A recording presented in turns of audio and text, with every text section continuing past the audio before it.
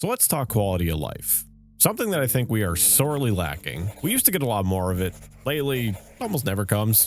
Recently, we got the artifact storage increased to 1500, which is great. The early patches, they really set my expectations high for how often they would be rolling out these small quality of life changes. And there's a lot of things I think by now we are not owed, because they don't need to add any of these things, but like they've been requested for a long time and they would help us out greatly. And a lot of these things may have been echoed through the community, but honestly, you can never have enough people saying we need these things. First up on my list is auto-renewing expeditions, or at least just like a claim all button or anything to make the expedition system slightly better, because right now it's a system that they implemented and they just kind of left it. Like, we get small updates, like they added Inazuma as a region, obviously, because that's going to happen and it sucks. The rewards kind of suck already, and it's kind of a pain in the ass just to renew them every day. It'd be nice to just slightly automate it with a claim and repeat button, or a claim all button, or just literally any improvement to make it more convenient. Next up, a wish pity counter. Something everyone wants. Like, why do we have to sit there and count our pity manually? Especially when the history doesn't even update quickly. It's a simple thing they could probably add. I don't know why they don't. I really don't. It seems so obvious. A visible shield counter. Like, another thing I think a lot of people have asked for. Testing out how good a crystallized shield actually is a gigantic pain in the ass. Since we don't have any training dummies or any reliable sources of damage, you just have to go up to mobs and hope they use the right attacks on you and break their shields, and then you got to sit there and do a bunch of little annoying math and it's annoying. Like an Abyss Mage style shield bar above our health bar, like orange for Geo, red for Pyro, whatever, and then just show our health on it, just like our health bar. And we can just see the shield right there. Overlay our health bar with like another colored health bar, like a little blue bar, yellow. Again, it doesn't matter. Something indicator. Obviously, like, even if that didn't show the number, but it was at least like proportionate scaling. So, you know, if you have 20,000 health and you have a 10,000 shield, the blue bar is half your health bar. Then, you know, you get 10,000 shield and you can see when it's going down or when it's about to run out. More information is just good. Auto aim. This is one I champion like crazy because it drives me nuts, especially when you're playing a character like Diluc and he just fires his burst off in the wrong direction, especially when you're fighting something like a Sisson Mage and one of her stupid little Sisson flies just flies in the back of you, and then Diluc decides to fire the bird backwards like an asshole. Please just let us turn it off. It's awful. That is one of the main reasons that I love Ganyu so much as a character, is because she doesn't care about auto aim. I aim wherever I want, and that's fantastic. I wish the game actually supported that. And adversely, I get why auto aim is there, because for mobile players, it's a godsend, and console players too to some extent. Let us lock onto targets like Dark Souls style, like, you know, click in the joystick or whatever and lock on new targets. This is especially important for characters like Yoimiya. She sometimes has distance between her target. Again, like Sisson Mages are a perfect example. You're trying to fire your arrows at the Sisson Mage, and then, you know, you got like 3 different Sisson flies like between you and her, and it might just start targeting one of them. Or lock-on feature would at least let you choose which one you want to target, you know, to an extent. Much like how we have icons for the elemental bursts of our characters on our party frames on the side of the screen, I wish we had one for the skills as well. Again, this is a problem for mobile players because their screens are small and any more clutter on there is awful. They can figure something out. Like, some characters don't even care about the burst, and the skill's the real reason we want them. Especially, you know, characters like Fischl. Like, her burst is literally just a second skill, basically. The skill is just as important. And we have other characters who have long cooldowns like Chi-Chi or Barbara. Their heals are important, and we would like to know when they're available. And I'd also like to just be able to skill burst swap, just like skill swap, just like you can burst swap, which is, if you didn't know, you can automatically burst as you swap in. So for some characters, it means you're frame 1 invincible. Like you have iframes right at the gate and you're bursting with no delay. It's a nice feature to have. Loadouts. Jeez. This one, I am so annoyed that it's not in the game. We have so many characters now, and there's no way, like, even Wales, there's no way they can support this many characters all having their own artifact sets with actually being geared properly. And there are some times where, like, maybe I'm not using Kazuha for a while, and I would like to swap his EM set because I only have one Elemental Mastery set of Virus and Veneer, Maybe I want to swap it to Sucrose or Venti or Sayu. It's a pain in the ass to swap it. And it's so annoying that I just don't, because sometimes I forget. Recently, when I made one of my videos, I had to swap Raiden Shogun's weapon over to Shao. And I forgot to swap that thing back for probably like a week. And I was wondering, like, what the hell happened to my Raiden's damage? I just forgot. And honestly, that's the kind of crap I would do all the time if I actually did swap my character's artifacts and weapons around. Let us have loadouts for our characters, or even like not necessarily character specific. Like, let us just have a generic like elemental mastery set, and then you can equip that on any character and it will take those artifacts and weapons from anywhere it needs to take them and put them on that character. The feature that most games have by now, and Genshin really needs it more than most games I've ever played.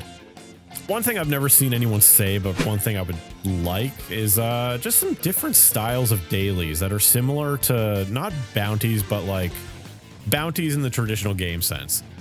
Like, obviously some dailies are important for achievements and you want to increase your chance of getting them, but maybe like, I don't know, let us complete our dailies in a different way that would maybe encourage us to go to different parts of the world that aren't just predetermined by the game's daily system. What I mean by this is like, I don't know, give us a daily that says like kill 3 Law Churls or 5 Ruin Guards or like 15 Hilly Churl or something. Obviously, people will, you know, make like a meta for this, just like anything. Like, they'll optimize it. They'll say like, oh, if you want to kill Hilly Churls, like go to this spot and this spot and you're done, like quickly. And a lot of people will do that, but some people might just be able to incorporate it into their regular gameplay. A small one, but I'm sure some people out there are screaming for this at the top of the lungs, but Android controller support. What the fuck? iOS got this shit forever ago. What's the deal with Android? Come on. Training dummies. Another one that, like, you know, it is not a revolutionary thing to say, oh, we need training dummies. But we do. We need them so badly. That samurai dude that they added in Inazuma, yeah, he ain't cutting it. He sucks. But he is, you know, he's not in a domain and you can go up to him at any point and beat the crap out of him. But, you know, I'd rather saw a training dummy that's at least invincible. Maybe one that hits us back with consistent damage so we can test tankiness. A dialogue frequency slider. This is one I'm sure a lot of people have got to want. And if you saw my Zhongli video, you know how I feel about this. That was literally the inspiration for that video, and it's just me wanting to make fun of that long-winded old man and never shutting up about boats, violet grass, osmanthus wine, everything. He just doesn't stop. And it would be nice to at least turn the frequency down, or at least off completely for some characters.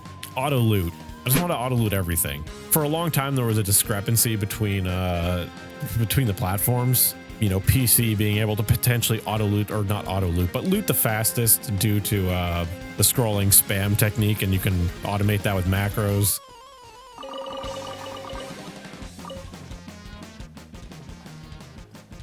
Controllers obviously have, you can always get controllers with turbos potentially. I always found looting on mobile to be akin to a cheese grater water slide. Feels awful. More responsive gliding. Occasionally I watch Breath of the Wild content, but I forgot how responsive the gliding was, especially in comparison to Genshin.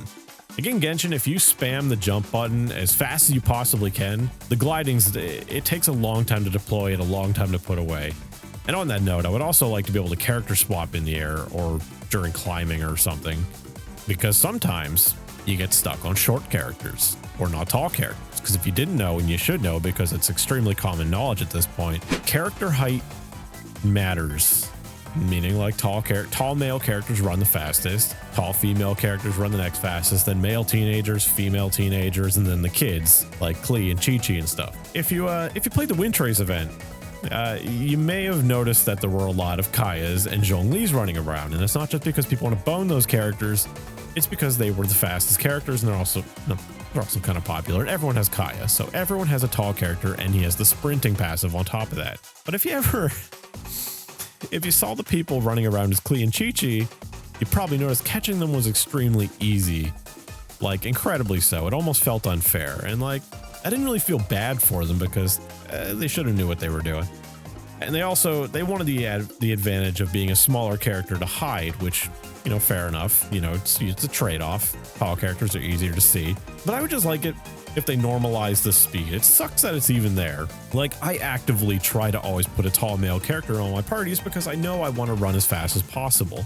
Just normalize it. I think that's a win for everybody. Like, who out there would actually be mad about that change? And I mean, that's all I can think of for now. Obviously, like, there are a lot of things I think of it at the time, but I might not commit it to memory. But like, these are the things I want the most. And again, it's quality of life, not like wanting better artifact RNG or wanting a system that would improve our artifact customization, like re-rolling or whatever. That's not quality of life. Those are straight up features, or, you know, more Mora, more resin, whatever. Again, not quality of life. If you're interested, I actually just made a Patreon. It's patreon.com/Brethale, spelled the same way that's my channel name, or wherever it is. There's only one reward tier right now. The main reward is you get access to the Discord channel, which I literally just made. It will grow. I'll make emotes and stuff. Decent in Photoshop. I've had some people ask me for a Discord, but I didn't want to make a public one because I don't just want anyone to be able to go in there and troll and shitpost or be offensive or whatever. Putting it behind a paywall at least does a lot of the moderation work for me. If somebody wants to pay me to be offensive and whatever, they can pay and I'll ban them.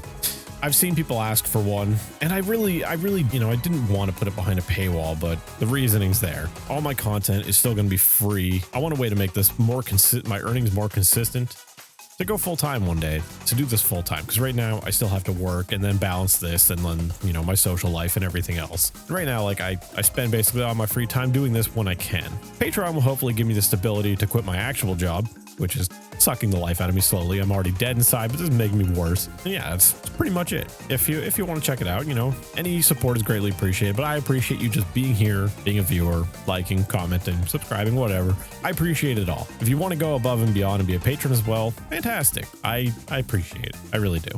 But that's all from me right now. I will expand upon that stuff on the future, hopefully keep growing it, and bye.